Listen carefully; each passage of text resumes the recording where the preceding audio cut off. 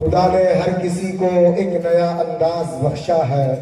خدا نے ہر کسی کو ایک نیا انداز بخشا ہے،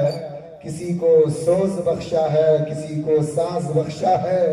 عطا کر کے رنگ و رونق دلکشی شوخی، عطا کر کے رنگ و رونق دلکشی شوخی، جمال و حسن کا بے مثل ایک اعجاز بخشا ہے۔ بہرحال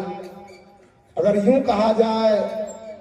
کہ درد دل کے دریچے ہم نے تمہارے سامنے کھول کر رکھ دیا، اب تمہاری مرضی، تم چاہو تو ان سے روشنی لے لو یا انہیں پتھر مارو، تو یہ بالکل مبالغہ نہیں ہوگا۔ اب ہم کسی تاخیر کے بغیر، ہم بہت دور سے تشریف لانے والے،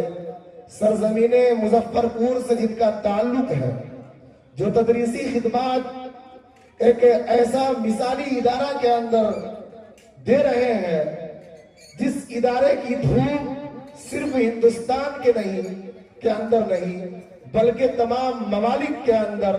ڈنکے کی چوٹ پر مچی ہوئی ہے، جن سے میری مراد مدرسہ اسلامیہ عربیہ بیت العلوم سراج اعظم گڑھ سے ہے۔ اسی مدرسے کے اندر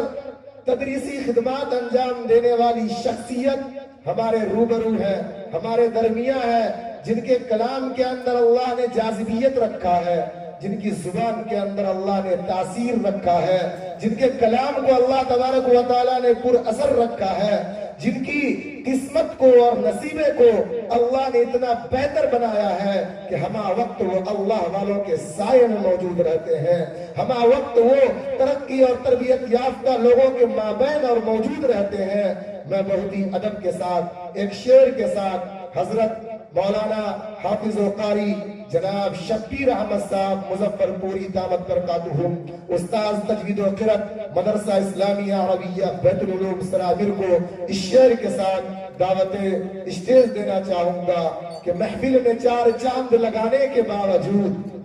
محفل میں چار چاند لگانے کے باوجود، جب تک نہ آپ آئے اجالا نہ ہو سکا۔